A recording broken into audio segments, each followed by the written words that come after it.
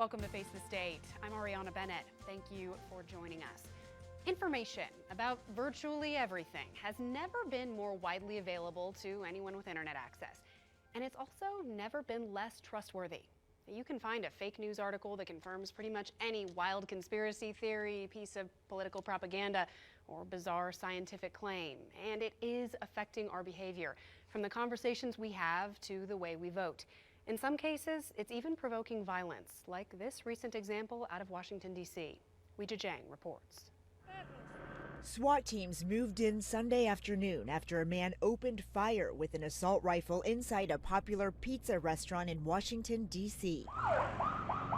One of the hosts runs up and is like, "Did you see that guy? You know, he had a big gun." The restaurant, Comet Ping Pong, is in an affluent area of the city. Police say the suspect, identified as 28-year-old Edgar Madison Welch of Salisbury, North Carolina, fired several times, hitting and damaging walls, the door, and a computer. No one was injured. The first couple of police officers had their guns drawn, including automatic rifles, and they were standing behind cars and taking aim. They seemed to be talking to the suspect, and after a while the suspect came out. Police say Welch was self-investigating a false news story that circulated online during the presidential campaign that claimed Hillary Clinton and her campaign chief were operating a child sex ring here out of the restaurant.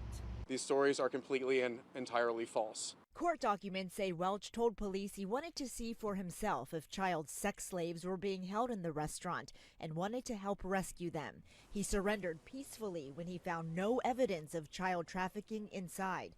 Welch is facing charges including assault with a dangerous weapon and unlawful discharge of a firearm. Weijia Jiang, CBS News, Washington. So, how do we as media and as news consumers stop this type of thing from happening? I'm here with Al Stavitsky, the Dean of the Reynolds School of Journalism at UNR. Thank you so much for being with us, Al. It's my pleasure. All right, a lot of stuff to talk about here, but first off, you've studied this field for a long time. Have you ever seen a situation like this where we've got this much misinformation happening? No, I think this is a unique time. I mean, there has been mistrust of media before, but there has never been so much access to information as we have today. And plus, we have never had this sort of situation where citizens can not only consume information, but also produce and distribute it themselves. So it just complicates the problem exponentially. Right, and I think the biggest thing here is that they can not only create it, but they can monetize it. And we have bad people who've discovered that if they write an article that gets enough clicks or gets enough attention or provokes enough discussion, that they make ad money off of that. And we're talking a lot of money here. It's not just a small amount. So the situation we're in, is this something that you think can be walked back, or is this the new normal? Well, there's things that we can do, but I think we will never go back to the time when there was a legacy media world in which a small group of major broadcasters and major print companies sort of controlled the flow of information. There is no walking back to that.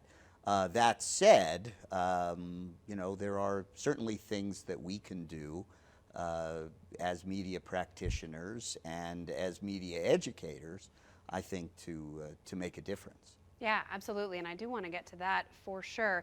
But first, I do want to talk about this fake news phenomenon and kind of how it's affecting our national dialogue. And I'm sure it's happening all over the world, but it, you know, largely has been happening. And I think we saw a huge influx of it during the presidential election.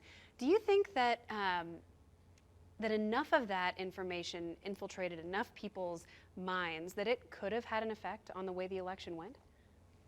Well, I think there's no way to quantify it as to, you know, its impact on the vote, but clearly, you know, we are in an era where the credibility of the media is in serious question, and that has serious implications for our democracy. Now, if you know, people joked a couple of years back when Stephen Colbert had his show, and he sort of joked about truthiness. right, and on the Colbert Report. And we sort of laughed about that, the idea that, well, that you can construe facts very loosely. But that has sort of continued into this, very frightening fake news era.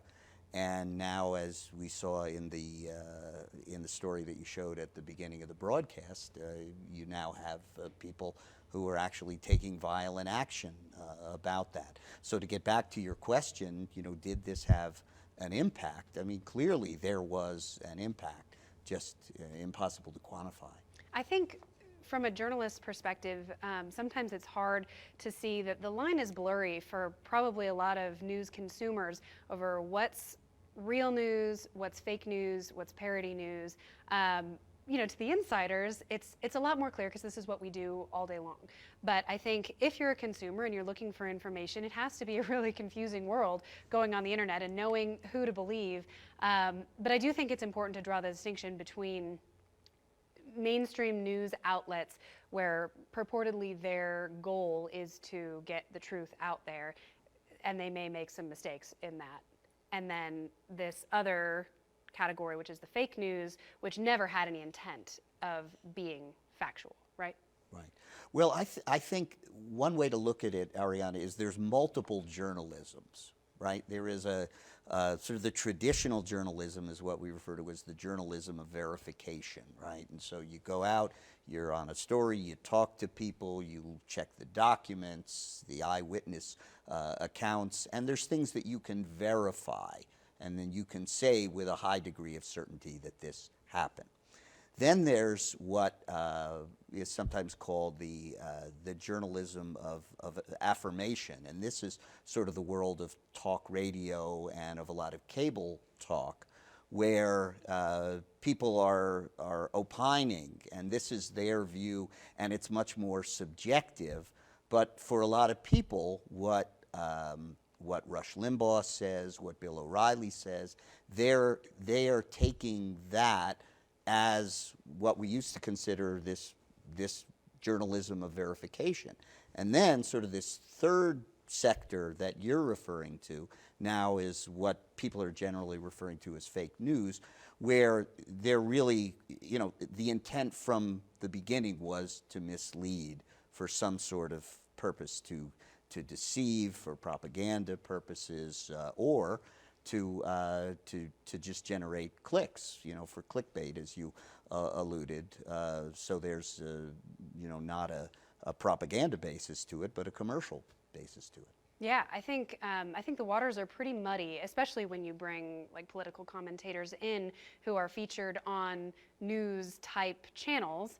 And there's this blending of the journalists, reporting hopefully unbiased content, and then you have the commentators. And I think from an outside perspective, you might not realize that there is a difference between those two, and when they're set up right next to each other, that kind of makes everything look skewed. It's like this is why we can't have nice things joke, right? Right.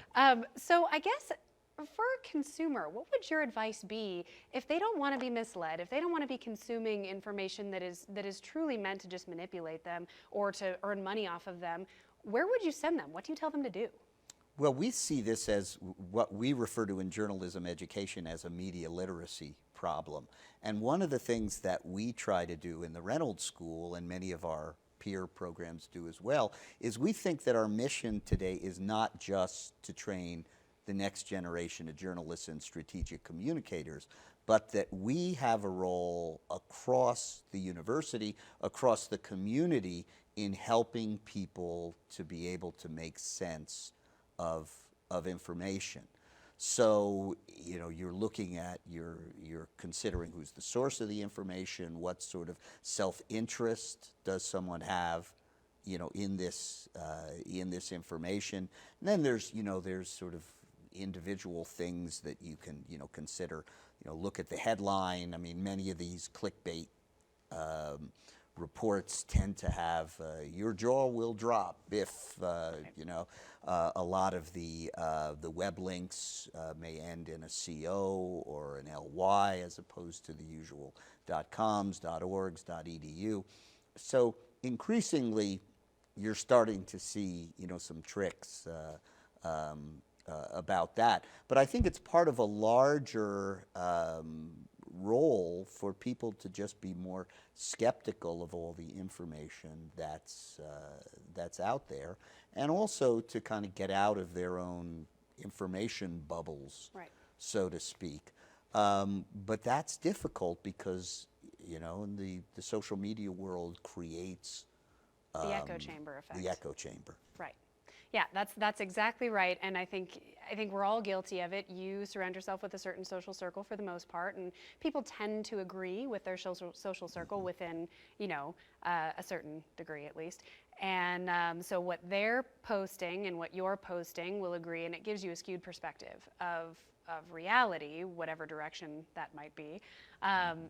And most people, maybe not most people, but a lot of people are getting the majority of their news from social media, whether it be Twitter or Facebook or that sort of thing. So I guess if we were to say, all right, you want to be an informed consumer, you don't want to be misled, what are the steps? Like what would be the basic primer?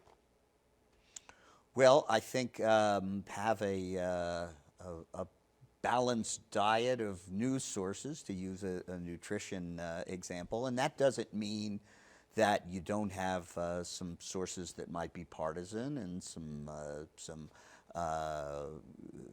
sources that clearly have a political slant or a point of view, but we talk about a marketplace of ideas. Graze very broadly from traditional news sources, alternative sources. Maybe look at sources on both sides. But I think it really comes down to being open to considering a whole range of points of view, and being exposed to them, as opposed to just saying, I'm only going to listen to those voices that traditionally I have agreed with. Right. And it takes work. I mean, basically what you're describing is it's the first stage of the journalistic process, right? Mm-hmm. It's getting some information and trying to decide if it's true, finding different sources that can corroborate it or negate it. Traditionally, it's been journalists who have done this, right? And we're paid to do it. It's our job. We spend all day doing it. For someone who has a different job and they spend all day doing other things and they're tired and they're busy and they've got kids they have to take care of, I think it probably sounds like a lot of work to have to read multiple sources and figure out if the information you're getting is true. So I guess my question is, do you think it's a realistic hope that people will do their own fact checking? Probably not. I think that the way for us to walk it back, as you alluded to earlier, Ariana, is for for traditional journalism to make a better case for our importance in this information ecosystem, and for journalism educators and I'd say educators in general to help everybody learn information literacy very broadly, and so we're taking good care with the information that's out there. But it's a huge systemic problem as well, because it's grounded also in the great divisiveness in our country and the mistrust that this election laid bare for us. So there's a lot of layers to this onion.